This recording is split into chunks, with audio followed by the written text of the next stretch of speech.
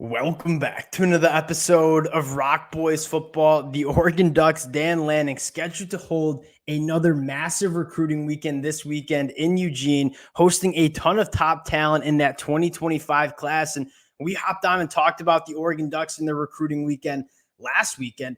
And quite frankly, this group that's coming to Eugene this weekend blows it out of the water. The amount of top talent that is checking out Oregon this weekend, extremely exciting. Want to highlight two things. One, and talk about what Dan Lanning is doing in terms of building this roster. And yes, a lot of the highlight the last couple of weeks has been in the transfer portal, bringing in top targets like Jabbar Muhammad, Evan Stewart, Dylan Gabriel, Dante Moore.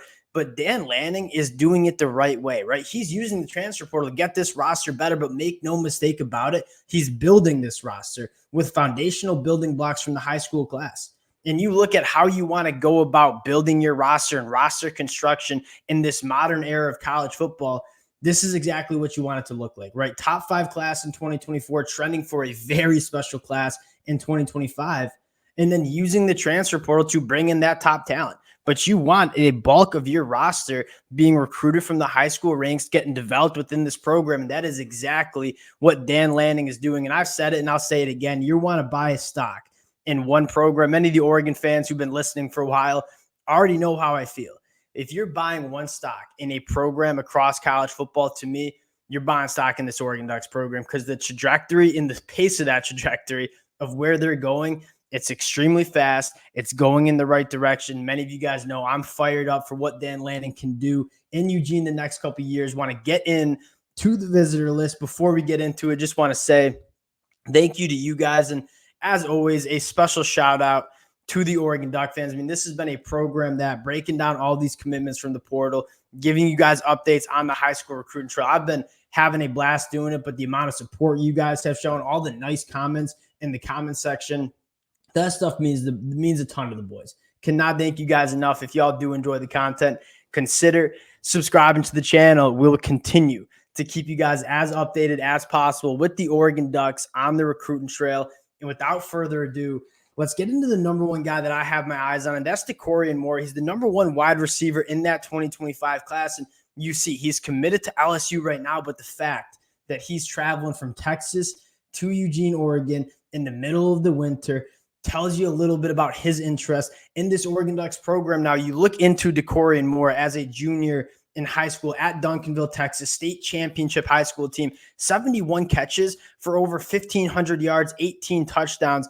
He is phenomenal working vertically down the field. Runs a 10,600 meter dash time, so he's one of the fastest players on the field. But what makes him truly special is what he can do when that football is in the air. Now, you can't really teach the body control and the tracking ability that DeCorian Moore has. So when you blend the physical frame with the ball tracking and the long speed, I mean, there is a reason he's the number one wide receiver in this class. And I want to highlight this Oregon offense the last 2 years, but specifically in 2023, it is suddenly becoming one of the more attractive offenses to come play football if you're a quarterback or wide receiver, right? You saw 2 quarterbacks in Dante Moore and Dylan Gabriel commit to Oregon. You saw Evan Stewart commit to Oregon, even though they have Tez Johnson and Trayshawn Holden coming back. If you are an elite quarterback, an elite wide receiver, you want to go play for this Oregon offense. And I think DeCorian Moore making that visit kind of highlights how attractive of an offense this Oregon Ducks team is heading into 2024.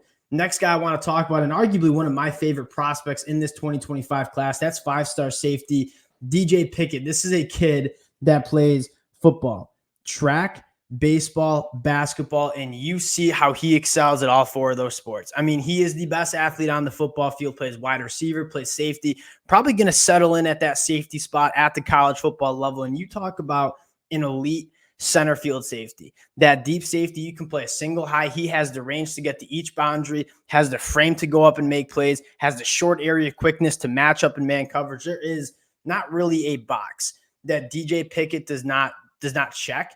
He couples that with phenomenal instincts, had 4 interceptions as a sophomore in high school. This is a guy that is, you talk about game changer in that back end of a defense, and DJ Pickett's that guy. He's an absolute ball hawk, can come up and tackle, can play in man coverage.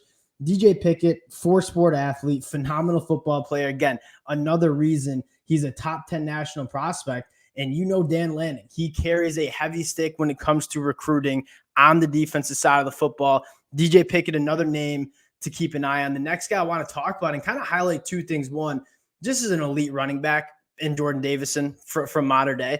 But more importantly, I mean, what Dan Lanning has done in that region with Mater Dei and St. John Bosco, you take a look at what they were able to do in that 2024 class from Mater Dei, landing a guy like Aiden Breland. We're in it with Brandon Baker. We're in it with Nathaniel Frazier. Obviously, those guys didn't commit, but you're starting to see Dan Lanning really get that connection with Mater Dei.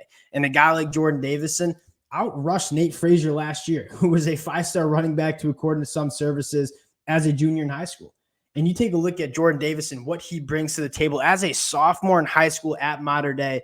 170 carries for 1,500 yards, averaged 9 yards per carry. This is a guy that runs the ball extremely hard, has a thick lower half, and his short area quickness, his ability to jump cut and make people miss at the second level, that's really what separates Jordan Davison. And you talk about kind of a Jordan James kind of runner, like downhill, very good short area quickness, maybe not the straight line burners that some other running backs have, but a guy that is going to chunk defenses up. I mean, that's Jordan Davison, a guy that's played at a high level throughout his high school career, and another kid from Mater Dei. And sticking with that Mater Dei kind of pipeline that I think Dan Lanning is doing a phenomenal job developing, 4-star edge rusher Nasir Wyatt, who, again, I've been watching a lot of Mater Dei film as a lot of top high school kids, obviously, playing for that program. Watching other players on Mater Dei's defense, Nasir Wyatt was a guy that stood out to me.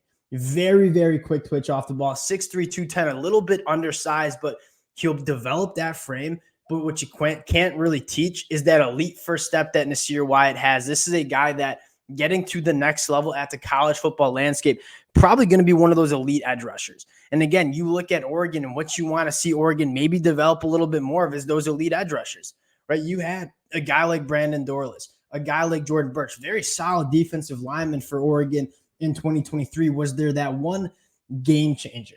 I'd maybe like a Kevon Thibodeau kind of guy. That's kind of what you're looking for Oregon. And a guy like Nasir Wyatt, maybe not as good against a run as some of those other guys we just listed, but from a pass rushing standpoint, when it's third and long and you're looking to pin your ears back and get after a quarterback, I mean, a guy like Nasir Wyatt is certainly going to do that. 14 sacks as a junior at Mater Dei. And again, continuing that Mater Dei pipeline. And just to kind of highlight the amount of talent, we're just talking about like 5-star top 100 national guys. The guy I want to briefly touch, already committed to Oregon, but he's a guy that is from Tampa, Florida. And getting him back on campus is massive. You're trying to hold on to this commitment, right? Dallas Wilson taking some visits to other schools, getting him back on campus with the amount of talent that's going to be on campus for the Oregon Ducks. I think that's massive, right? Dallas Wilson, you can't really teach that frame, 6'3", 180 pounds. We've already talked about him when he committed. This is a guy that I just wanted to highlight in terms of you're fighting to hold on to that commitment. It's going to be a hard one to hold on because he's all the way down in Florida. Miami, Florida State, the University of Florida. They're going to be going after a guy like Dallas Wilson, but getting him back on campus, absolutely massive. And the last guy in the 2025 class I want to talk about, the amount of talent that's on campus is, it's truly incredible, is Deshaun Brom. And this is a kid from Kansas that we might be hopping back on Saturday, Sunday and talking about a commitment here. I think this is his third visit to Oregon in the last couple of months. Kind of a game-changing tight end, right? This is a guy that you take a look at his numbers from his junior year, 46 catches, 942 yards, average 20.5 yards per catch. Works the middle of the field extremely well, kind of what Terrence Ferguson does so well for the Oregon Ducks in that 2023 year. You have all this talent on the boundary with these wide receivers. Having a tight end that can truly be a matchup nightmare, a mismatch over the middle of the field with all that space created is going to be massive. You have a guy like Kenyon Sadiq in that 2023 class who popped as a true freshman, a guy that I think can play a lot for Oregon in 2024 would be massive. To get another tight end that can work the middle of the field like a guy Terrence Ferguson's skill set, you might say. The last guy I want to highlight, and this one, we're going to the 2026 class, but again, just kind of highlighting the stick that the Oregon Ducks are currently swinging on the recruiting trail. The number one player, the number one quarterback in this 2026 class, Jerry Curtis, Nashville, Tennessee. going back to the same conversation we had about a guy like DeCorian Moore or a guy like Dante Moore or a guy like Dylan Gabriel, if you are an elite quarterback and you're looking to where you want to play your college football, this Oregon offense, with what we've seen from them the last 2 years, is a place that you want to go play. Jerry Curtis, 6'4", 225 pounds, has an absolute rocket of an arm. As a sophomore, threw for over 2,500 yards, only a 56% completion percentage. So you want to see that maybe take a jump going into his junior year.